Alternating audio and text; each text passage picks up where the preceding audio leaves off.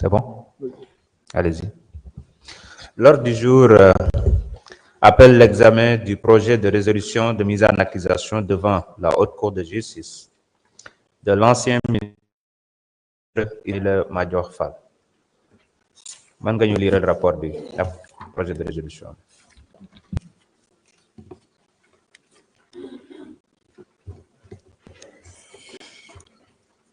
Monsieur le Président, Monsieur les ministres, chers collègues, la Commission des lois, de la décentralisation, du travail et des droits humains s'est réunie le vendredi 2 mai 2025 sous la présidence de M. Abdoulaye Tall,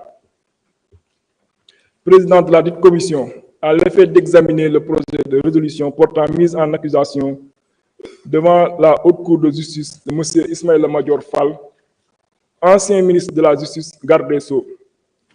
Ouvrant la séance, M. le Président a précisé que les membres de l'Assemblée nationale faisant partie de la Haute Cour de justice ne prennent part ni au débat ni au vote sur la mise en accusation. Conformément aux dispositions de l'article 18 de la loi organique numéro 2002-10 du 22 février 2002 sur la Haute Cour de justice. À cet égard, il a rappelé les 8 collègues membres titulaires de cette Haute Cour, à savoir M. Alioune Ndao, Mme Ramatoulaye Bodian, M. Youngar Dione, M. Amadou Ba numéro 2, Mme Roki Ndiaye, M. Mohamed Aïb Salim Dafé, Mme Daba Wanyan et M. Abdou Mbow. Concernant les 8 membres suppléants, il s'agit des collègues suivants: M. Sambandang, Mme Oulimata Sidibé, M. Elaz Ababakar Tambedou, Mme Fatou Diop Sissé, M. Mouramani Kaba Diakité, Mme Marie-Hélène Dauphin Diouf, M. Mayabe Mbaye, Mme Fatou Sow. Monsieur le Président a ensuite informé que le président de l'Assemblée nationale a été saisi par M. Ousmane Diagne, ministre de la Justice, garde des Sceaux, par lettre en date du 14 avril 2025, ayant pour objet la poursuite pénale à l'encontre de M. Ismaïla Madior Fall, ancien ministre de la République. Cette correspondance a fait état d'une enquête qui a été conduite par la division des investigations criminelles relativement à des malversations commises sur une partie de l'assiette foncière initialement affectée au projet de construction du palais de justice de Pikine-Guédiawaye. La dite enquête a révélé une implication de l'ancien ministre de la Justice, garde des Sceaux, Ismaïla Madior Fall, dans des faits présumés de corruption et de concussion. En effet, le directeur des constructions du ministère de la Justice à l'époque des faits, entendu par les enquêteurs, a précisé qu'une surface de 2075 m² était réservée à la construction du centre de surveillance électronique, tandis qu'un terrain de 8800 m² avait été attribué au promoteur immobilier chargé de la construction de l'infrastructure. Le directeur a soutenu avoir été sollicité par le ministre de la Justice, Ismaïla Madior Fall, qui lui avait demandé de trouver un promoteur immobilier capable de lui réaliser des projets d'utilité publique sur la partie inoccupée de la surface attribuée au palais de justice Pikine-Guédiawaye. Poursuivant, le directeur affirma que le ministre avait privilégié pour le règlement des prestations offertes par le promoteur immobilier la datation en paiement. Entendu par les enquêteurs, le promoteur immobilier a indiqué avoir été convaincu par le directeur des constructions qui l'a conduit au bureau du ministre où ils ont tenu une réunion tripartite à l'issue de laquelle 2 accords ont été conclus. La construction d'un centre d'accueil pour enfants à Liberté 6, la superficie de 373 m² devrait abriter le bâtiment dont les coûts étaient estimés à 375 millions de francs CFA. En guise de paiement, le promoteur allait recevoir en dation en paiement un terrain d'une superficie de 1000 m² situé dans la même zone. l'édification d'un centre de surveillance électronique pour une valeur de 576 460 571 francs CFA et en contrepartie une superficie de 9 430 mètres carrés faisant partie du TF01/GW a été alloué au promoteur à titre de paiement. Le promoteur a, à cet effet, révélé avoir exigé l'établissement du bail en son nom, car le ministre lui avait réclamé la somme de 250 millions de francs CFA pour lui attribuer le marché.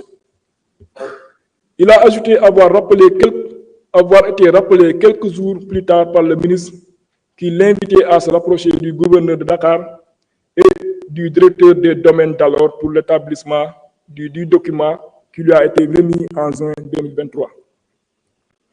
Il a également affirmé que toutes les démarches en vue de l'obtention du bail avaient été accomplies par le ministre de la Justice et le directeur des constructions. S'expliquant sur le retard accusé dans le démarrage des travaux de construction des deux bâtiments susmentionnés, le promoteur a évoqué, d'une part, une absence d'autorisation de construire et d'autre part, un désaccord avec le ministre qui, dès la réception d'un acompte de 50 millions de francs CFA, ne cessait de lui mettre la pression pour le versement du reliquat de 200 millions de francs CFA, alors qu'en ce moment, le bail n'avait pas encore été établi.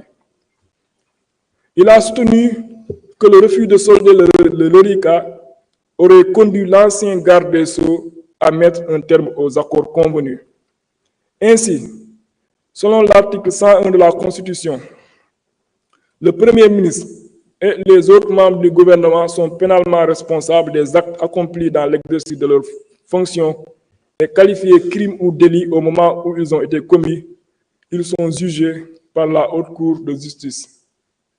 Par ailleurs, en vertu de l'article 17 de la loi organique numéro 2002-10 du 22 février 2002 sur la Haute Cour de justice, la résolution de l'Assemblée nationale votée dans les conditions prévues à l'article 101 de la Constitution et portant mise en accusation devant la Haute Cour contient les prénoms, les noms et fonctions des accusés, l'énoncé sommaire des faits qui leur sont reprochés et, dans les cas prévus à l'alinéa 2 de l'article 101 de la Constitution, le visa des dispositions législatives en vertu desquelles est exercée la poursuite.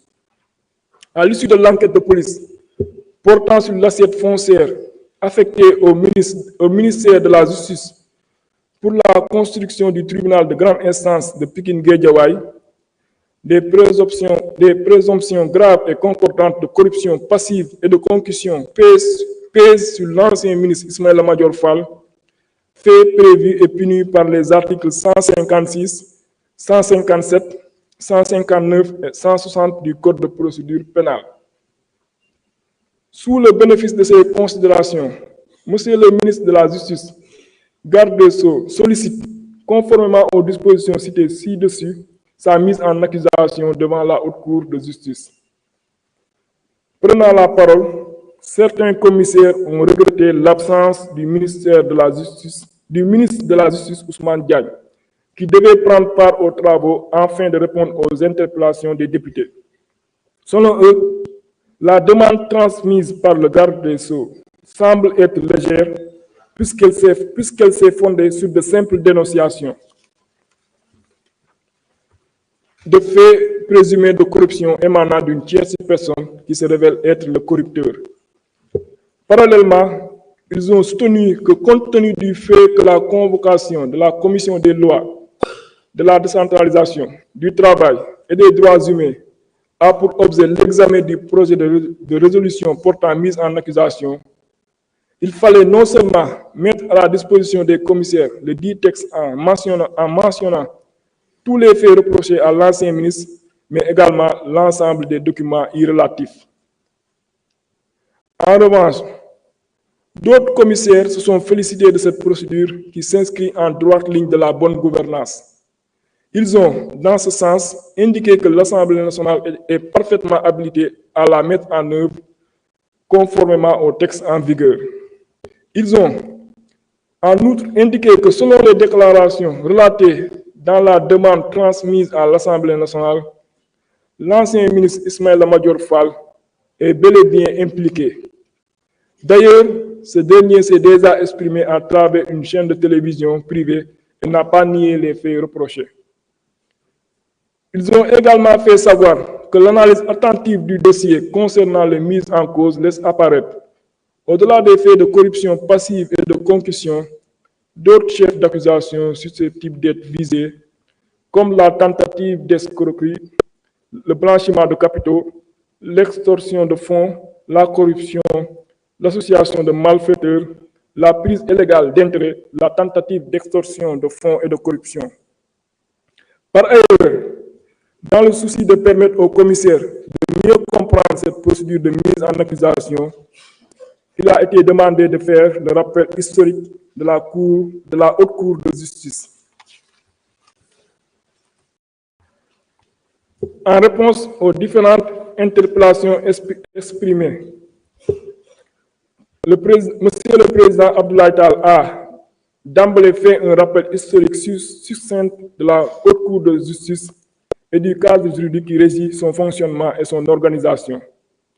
Il a ensuite tenu à préciser qu'à ce stade de la procédure, aucun texte n'oblige la présence du ministre de la Justice, garde des Sceaux à l'Assemblée nationale pour prendre part aux travaux. Il a également indiqué que la demande transmise par le ministre de la Justice, garde des Sceaux, ne s'est pas fondée sur de simples dénonciations comme précédemment allégué. Par contre, elle s'est fondée sur une enquête conduite par la division des investigations criminelles qui a révélé une implication de l'ancien ministre de la Justice, garde des Sceaux, Ismaïla Madior Fall, dans des faits présumés de corruption passive et de concussion.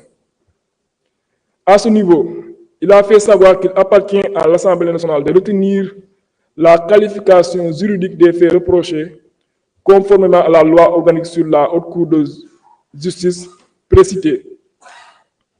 En conséquence, l'Assemblée nationale a la latitude de retenir de nouveaux faits contre le mis en cause. Enfin, Monsieur le Président a procédé à la lecture du projet de résolution concernant l'ancien ministre de la Justice, garde des Sceaux, Ismaïla Madior Fall. Le dit projet est annexé au présent rapport. À la suite de ce qui précède, les membres de la Commission des lois, de la décentralisation, du travail et des droits humains ont adopté à la majorité le projet de résolution portant mise en accusation devant la Haute Cour de justice de M. Ismaïla Madior Fall, ancien ministre de la Justice, garde des Sceaux. Il vous demande d'en faire autant s'il ne soulève de votre part aucune objection majeure.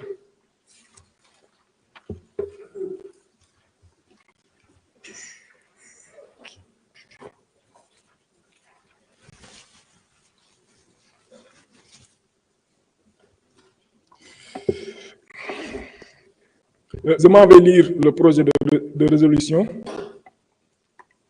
Projet de résolution portant mise en accusation devant la Haute Cour de justice de M. Ismaïla Madior Fall, ancien ministre de la Justice, garde des Sceaux. La Commission des lois, de la décentralisation, du travail et des droits humains, après avoir délibéré en sa séance du 2 mai 2025, a adopté à la majorité le projet de résolution dont la teneur suit. Considérant que par lettre numéro 00288 MJ-CAP/DC, en date du 14 avril 2025, Monsieur le ministre de la Justice, garde des Sceaux, a transmis au président de l'Assemblée nationale une lettre sollicitant la mise en accusation devant la Haute Cour de justice de M. Ismaïla Madior Fall, ancien ministre de la Justice, garde des Sceaux.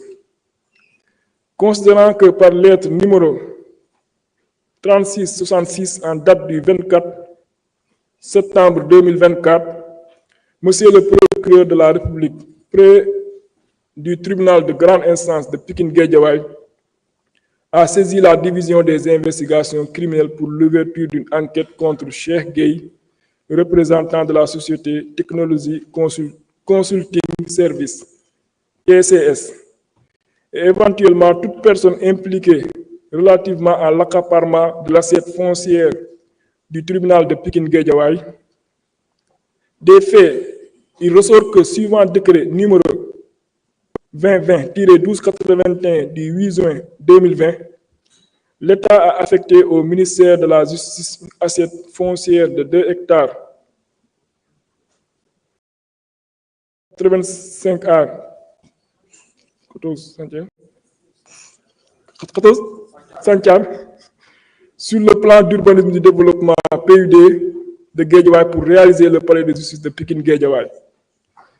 Entendu sur procès verbal, l'ancien directeur de la construction du ministère de la Justice, Mohamed Anas El Bachir Wan, a expliqué que lorsqu'il a pris fonction en mars 2022, il a saisi par correspondance le directeur des domaines et le chef du bureau des domaines d'un état des lieux de l'assiette foncière d'une superficie de 2 hectares 85 ar 14 centièmes attribuée au ministère de la Justice, mais sans réponse. C'est ainsi qu'après la construction du tribunal de Pikine-Guédiawaye sur une étendue de 8327 mètres carrés, l'ancien ministre de la Justice, garde des Sceaux, Ismaïla Madior Fall, lui a demandé de sécuriser le reste de l'assiette foncière. Il a indiqué avoir été sollicité par le ministre de la Justice, garde des Sceaux, qui lui avait demandé de trouver un promoteur immobilier capable de lui réaliser des travaux d'utilité publique sur la partie inoccupée de la surface attribuée au palais de justice de Pikine-Guédiawaye. Poursuivant, il a affirmé que le ministre avait privilégié pour le règlement des prestations offertes par le promoteur le mécanisme de la datation en paiement. Sur ces entrefaites, il a présenté au ministre de nommer Cheikh Gueye. Confirmant ses propos, ce dernier, entendu, a soutenu avoir été convaincu par le directeur des constructions qui l'a conduit au bureau du ministre où ils ont tenu une réunion tripartite à l'issue de laquelle ils ont conclu les 2 accords suivants. La construction d'un centre d'accueil pour enfants à Liberté 6, la superficie de 373 mètres carrés devrait abriter le bâtiment dont les coûts étaient estimés à 375 millions de francs CFA. En guise de paiement, le promoteur allait recevoir en datation en paiement un terrain d'une superficie de 1000 mètres carrés situé dans la même zone. L'édification d'un centre de surveillance électronique pour une valeur de 576 460 571 francs CFA. Et en contrepartie, une superficie de 9 430 mètres carrés faisant partie du TF 01/GW a été allouée au promoteur à titre de paiement. Il a précisé avoir exigé l'établissement du bail en son nom, car le ministre Ismaïla Madior Fall lui avait personnellement réclamé la somme de 250 millions de francs CFA contre attribution des marchés. Sans désemparer, il a remis à ce dernier un acompte de 50 millions de francs CFA en espèces dans son bureau, en présence de son directeur des constructions, Mohamed Anas El Bachir Wan. Ce dernier, entendu lors de l'enquête, a confirmé les déclarations du promoteur Cheikh Gueye en reconnaissant qu'il y a eu des discussions entre Cheikh Gueye et Ismaïla Madior Fall relativement à un montant que devait débourser le premier nommé pour la signature du contrat de construction du centre de surveillance de bracelets électroniques. Il rajoute avoir été témoin le jour indiqué par le promoteur de la remise effective par Gueye d'une somme d'argent en espèces à l'ancien ministre de la Justice, garde des Sceaux Ismaïla Madior Fall, dans son bureau. Il ajoute avoir rappelé quelques jours plus tard par le ministre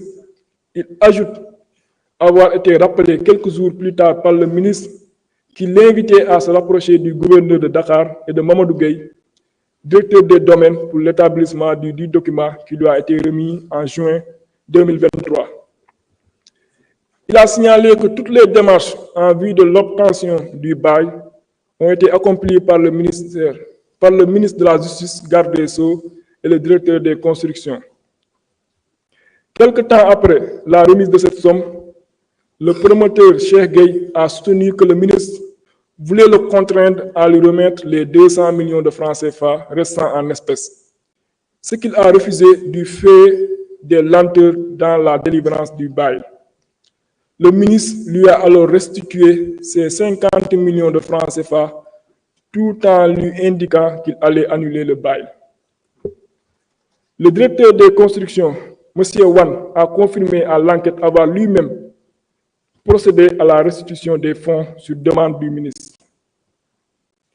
S'expliquant sur le retard accusé dans le démarrage des travaux de construction des deux ouvrages susvisés, Cheikh Gueye évoquait d'une part une absence d'autorisation de construire et d'autre part un désaccord avec M. Ismaïla Madior Fall qui, dès la réception de l'acompte de 50 millions de francs CFA, ne cessait de lui mettre la pression pour le versement du reliquat de 200 millions de francs CFA, alors qu'en ce moment, le bail n'avait pas encore été établi.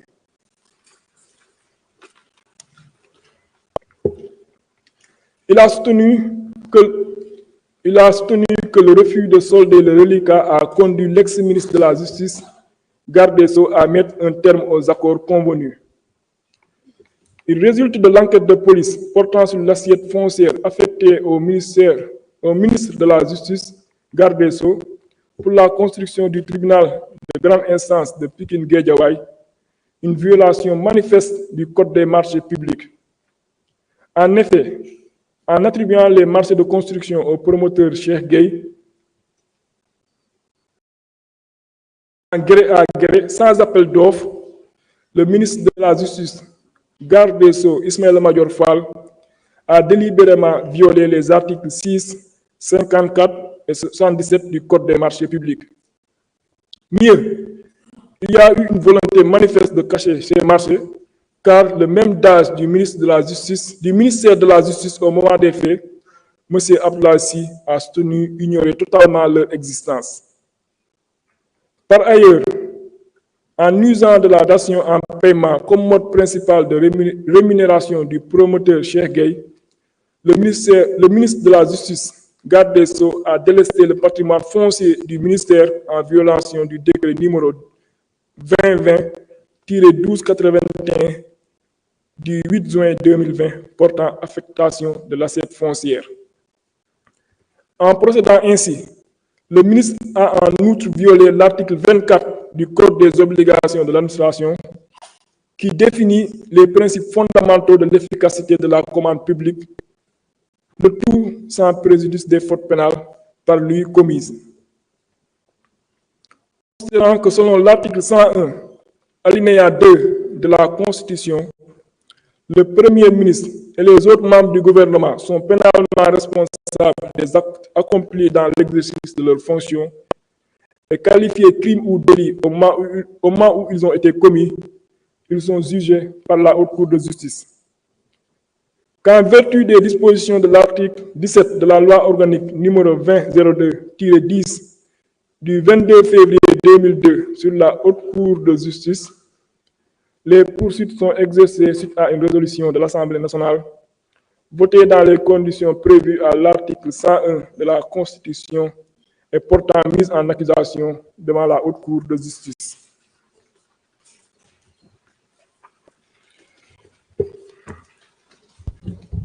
Considérant qu'il résulte de ce qui précède un véritable pacte de corruption impliquant le ministre de la Justice, garde des Sceaux, Ismaïla Madior Fall, considérant que les faits ci-dessus révélés laissent apparaître des indices et présomptions graves et concordants de nature à asseoir les infractions d'association de malfaiteurs, de corruption, de tentative d'extorsion de fonds, de concussion, de prise illégale d'intérêts, d'escroquerie, de blanchiment de capitaux et de complicité de ses chefs contre M. Ismaïla Madior Fall, ancien ministre de la Justice, garde des Sceaux. Considérant que lors de la commission de ces faits révélés par l'enquête de police, M. Ismaïla Madior Fall exerçait des fonctions ministérielles,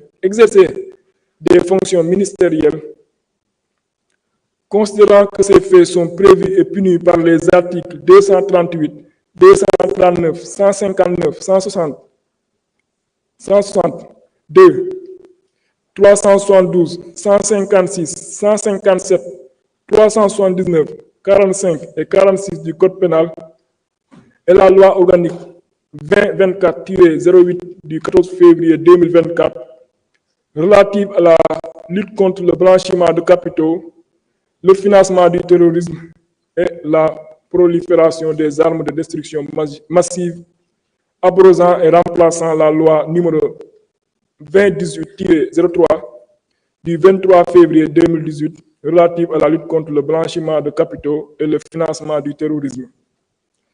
Que de tels faits méritent d'être portés devant la Haute Cour de justice. Décide de la mise en accusation devant la Haute Cour de justice de M. Ismaïla Madior Fall, ancien ministre de la Justice, garde des Sceaux, conformément à l'article 101 de la Constitution, 17 et suivant de la loi numéro 20-02-10 du 22 février 2002, portant loi organique sur la Haute Cour de justice modifiée. Merci beaucoup. Nous allons laisser à l'honorable Ousmane Tchouf le soin de nous lire le rapport concernant notre